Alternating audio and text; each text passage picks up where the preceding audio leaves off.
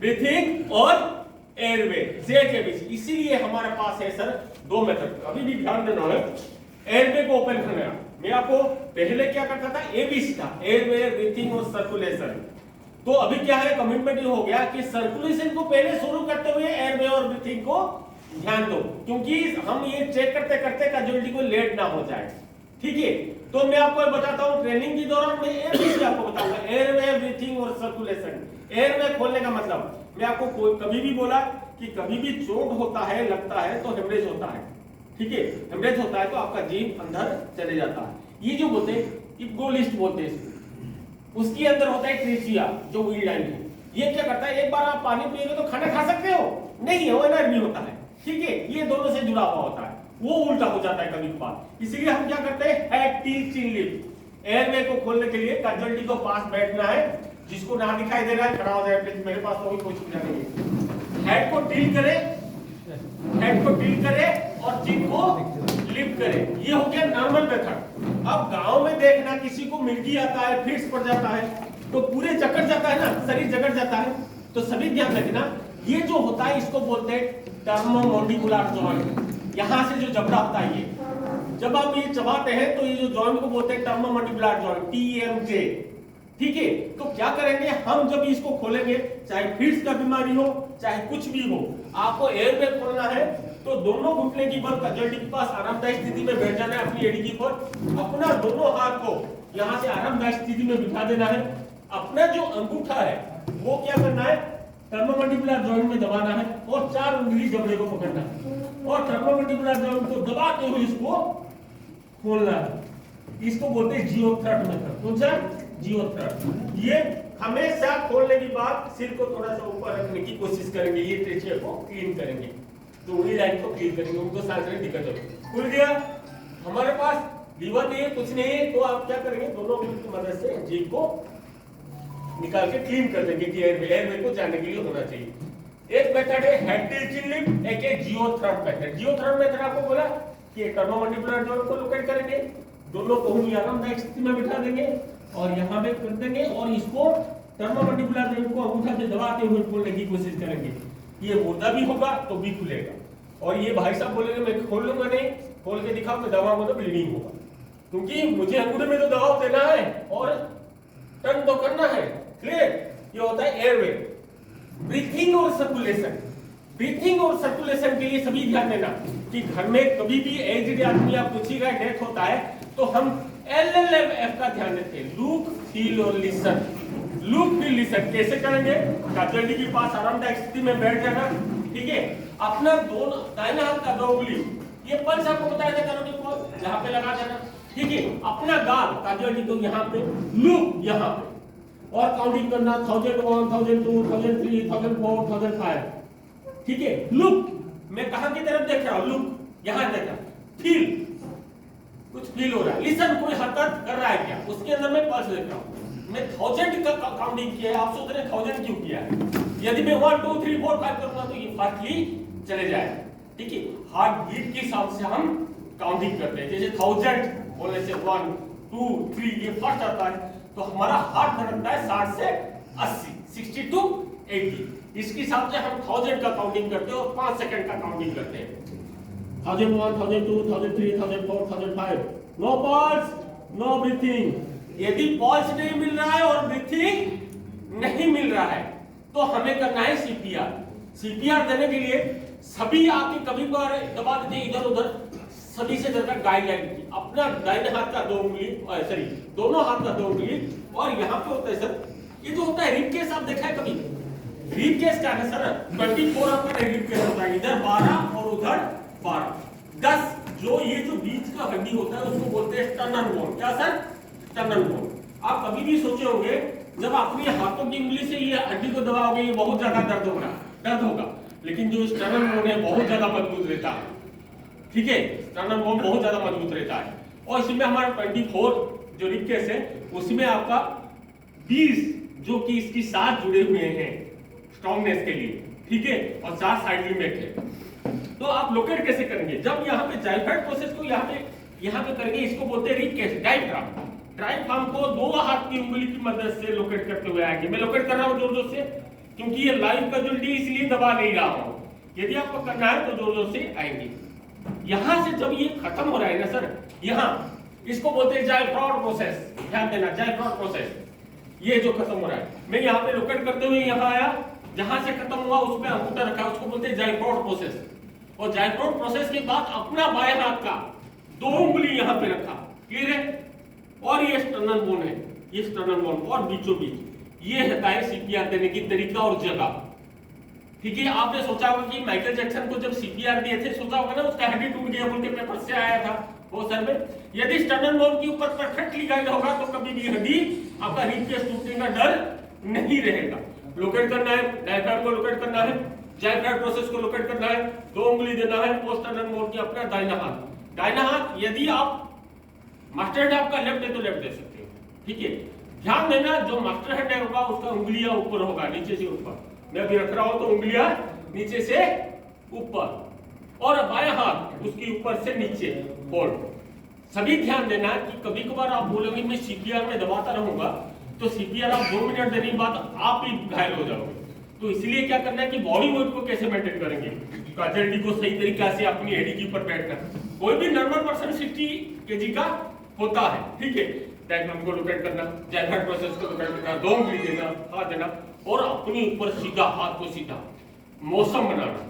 क्योंकि मुझे आगे दबाते हुए बॉडी का प्रेशर भी देना है, तभी मुझे ये देगा तो मैं बहुत ज्यादा देर सीपीए का कार्रवाई कर सकता हूँ।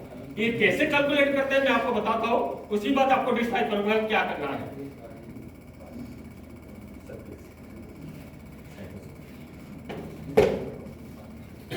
काउंटिंग कैसे करूंगा, 1 and 2 and 3 and 4 and 5 and 6 and 7 and 9 and 10 11 12 13 14 15 16 17 18 19 20 21 22 23 24 25 26 27 28 29 1 1 and 2 and 3 and 4 and 5 and 6 and 7 and 9 and 10 and 11 12 13 14 15 16 17 18 19 20 21 22 23 24 25 26 27 28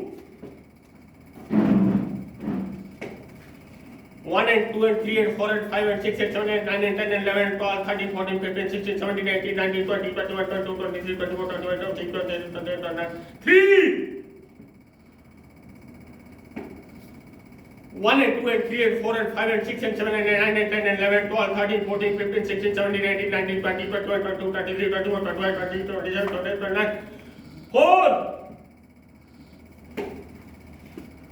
1 and 2 and 3 and 4 and 5 and 6 and 7 and 9 and 10 and 11 12 13 14 15 16 17 18 19 20 21 22 23 24 25 26 27 28 29 5 मैं क्या 30 का काउंटिंग किया, सभी को पता है। 2 बार ब्रीथ दिया, 2 बार ब्रीथ दिया, और मैं 2 मिनट का सर्कल रखा। 2 मिनट के अंदर 30 का 5 सर्कल, ठीक है, 5 सर्कल दिया, तो इसको 1 काउंटिंग कहते हैं। तो एक पर मिनट कितना आया, 75 आ गया ना। हार्ट धड़कता कितना है, 60 से 80। ठीक है, यही काउंटिंग करना है कि आपको 120 मिनट में 150 का डेप्थ करना है। और ब्रीथ सभी ध्यान रखें, जब मैं ब्रीथ दे रहा था कभी भी नॉर्मल बीबीएम मिलता है, ब्लैक बॉल मास्क मिलता है, यदि नहीं आपके पास तो साफ रुमाल लाना। साफ रुमाल लेने के बाद कजल्डी के ऊपर रखना, नाक को दबाना, ठीक है, नाक को दबाना, एयरवे को खोलना और 2 से मारना। आप कितना कर सकते पता है, आप ब्रीथिंग लेते हो, ठीक है, आप सोते हुए जो ब्रीथ लेते हो ओनली 41% लेते हो 1 से, मतलब 1000 होगा तो 410 ही लेते हो। 1 लीटर की बात कर रहा हूँ। जब खड़े हो गए 75, 750। जब आप 2 किलोमीटर पड़े चलने लगे 1.2 से 1.75, और 5 किलोमीटर स्पीड में आप दौड़ेंगे तो 3.25 तक आप एयर ले सकते हैं। तो एक बार मैं हवा लेता हूं तो आधा लीटर हवा लेता हूं। यदि मैं 2 से छोड़ूं तो 1.5 लीटर छोड़ूंगा, 1.5 लीटर, और 1.5 लीटर मेरे पेट के अंदर अभी कीजिए। जो 1.5 लीटर का हवा को 1.5 सेकंड में उसके अंदर पूरे दबाव के साथ देना है, और 1.5 सेकंड उसको रिलीज के लिए छोड़ना है। दोबारा 1.5 सेकंड के लिए दबाव देना है और 1.5 सेकंड के लिए उसको छोड़ना है। क्लियर हो गया। एक सर्कल उसका जो ब्रीथ देना होता है 3 सेकंड का है, तो 6 सेकंड उसको आपको देना ही पड़ेगा, और जितना ज्यादा जवाब के साथ देंगे उतने उसके लिए इफेक्ट पड़ेगा। सर्कुलेशन क्या है 30 का। मैं आपको सुना होगा कि 1 and 2 and 3 and 4 and 5 and 10 तक लगाया, ये काउंटिंग है। मैं आपको सेकंड के हिसाब से काउंटिंग नहीं बताया। 1 2 3 4 करूंगा तो मैं ज्यादा देर दबाने लग जाऊंगा, इसीलिए मैं 1 and 2 and 3 and 4 and 5 and 6 and 7 and 9 and 10 11 12 13 14 22। तो ये होता है 2 मिनट में 5 सर्कल होता है, एक सर्कल 30 और आता है आपका 10 ब्रीथ, 10 बार ब्रीथ, और हर ब्रीथ आता है आपको 3 सेकंड का आता है। 1.5 सेकंड में ब्रीथ देना, 1.5 सेकंड में आपको ब्रीथ देना है और 1.5 सेकंड को फ्री करना है। क्लियर हो गया सभी को? मेरे को डाउट, अरे कितना दबाना है कोई तो बताइए, कितना दबाना है? मैं आपको बता रहा हूं। यदि मैं तो ये बड़े के लिए बहुत बता दिया, यदि कोई चाइल्ड होगा, छोटा बच्चा होगा, तो क्या करेंगे? अपना बायां दाहिना घुटना को फुल करेंगे, अपने बच्चे को जो होगा उसका पैर अपनी तरफ और दोनों हाथ की मदद, ये जो थंब फिंगर और आपका मिडिल फिंगर है उसके दौरान उसको करके टर्मोमैंडिबुलर जॉइंट को नीचे की ओर करेंगे और अपनी हाथ से उसको, उसका जो ट्रेचिया है विंग लाइन है उसको क्लियर करेंगे और अपनी 2 हाथ का 2 उंगली दाहिने हाथ का कभी भी ऐसा नहीं देना, हाथ को ये करना है, क्योंकि छोटे बच्चे का हाथ कितना होता है, थोड़ा सा दबाओगे तो उसका हाथ टूट जाएगा, इसलिए स्टर्नम बोन के ऊपर देना है। लेकिन हाथ का पोजीशन ये होगा, जब ये करेंगे तो आप ज्यादा दबाव नहीं दे सकते, ये दबाव का कार्रवाई करेंगे तो इजीली उसको सीपीआर का कार्रवाई कर सकते हैं, बच्चे को बचा सकते हैं। ये हो गया। ये होता है कि 1.5 cm to 2.5 cm छोटे बच्चे के लिए। यदि 1 साल से 9 साल तक का बच्चा है 2.5 cm to 3.5 cm। यदि बड़ा कोई आदमी है तो सीधा 4 से 6 cm दबाना है, 4 से 6 cm दबाना है। 2 मिनट का ये सर्कुलेट करना है, करने के बाद दोबारा उसको चेक एबीसी, ठीक है, उसका पल्स आ गया, नहीं आ गया तो दोबारा उसको देना है। तब तक देना है जब तक हॉस्पिटल आप पहुंच नहीं जाते, या कोई मेडिकल या कोई एम्बुलेंस स्टाफ या कोई है फर्स्ट एडर कोई ना आ जाते, तब तक आपको ये कार्रवाई करते रहना है। किसी को सच्चा सवाल, कोई सच्चा सवाल कोई और पूछना चाहते हैं? आपको मैं बता रहा हूं कि एफबीए क्या होता है, foreign body area obstruction. CPR का क्लियर हो गया सभी को? ये छोटी क्लास है, छोटी क्लास के दौरान मैं बता रहा हूं कि इनकेस आप घर में गए हैं, किसी को खाने के दौरान पेट में कुछ फंस गया है, गले में कुछ फंस गया है और वो बिना ऑक्सीजन का, बिना एयर का मर रहा है, तो आपको सबसे आसान मेथड में छोटी सी टिप बताऊंगा, प्लीज आ जाओ। सभी ध्यान देना दोस्त, कभी भी होगा तो कभी भी कैजुअलिटी आएंगे तो कैजुअलिटी को आप मत सोचना है सांत्वना देना, तरह कुछ नहीं होगा। यदि प्रॉब्लम है मैं ठीक करता हूं, यदि अटका हुआ है कुछ यहाँ पे, ठीक है, तो क्या करना, अपना जो दाहिना पैर ये है उसके अंदर लगा देना, कैजुअलिटी को अपने पैर लेटा देना, ठीक है, अपना दाहिना हाथ का मुट्ठी को बंद करना और यहाँ पे लोअर लेवल पे आपका जो कमर जहां से शुरू होता है उसके ऊपर जहां पे नाभि होता है, ये सोच लो, उसके ऊपर रखना और बाएं हाथ को यहाँ पे दबाना, ठीक है। और क्या करना, एक झटका देना, लाइव कैजुअलिटी नहीं दे रहा, एक झटका देंगे। आप कभी देखा, अपने छींकते हैं ना, जो छींकते हैं, कभी छींक को रोक के देखा है? यदि रोक के रखेंगे तो आपका मुंह को काट देगा, हॉर्स पावर में काउंटिंग आता है वो यही सिस्टम, यहीं से छींक आता है और यहीं से आपके अंदर जो फंसा हुआ है वो बाहर निकल जाता है। यदि छोटा बच्चा कोई होता है तो उसको अपनी तरफ झुका देना है या बाहर की तरफ झुका देना है, एयरवे को खोल देना है और पीठ के पास जोर से, या आपका हाथ लगा हुआ है इसकी पेट के अंदर और पीठ को जोर से मार देना। जब ऐसे मारोगे तो क्या होगा, हाथ के अंदर वो बच्चा लेटा हुआ है पेट के, तो ऐसे मारोगे तो झटके से जैसे गोली बाहर निकलता है वैसे बाहर आ जाए। अब सोचे नहीं होंगे कि कोई भी आदमी इतना बड़ा आदमी होगा और लेट भी गया है और बहुत मोटा आदमी होगा और लेट भी है, उसका हवा नहीं जा रहा है, उसके यहाँ पे फंस गया।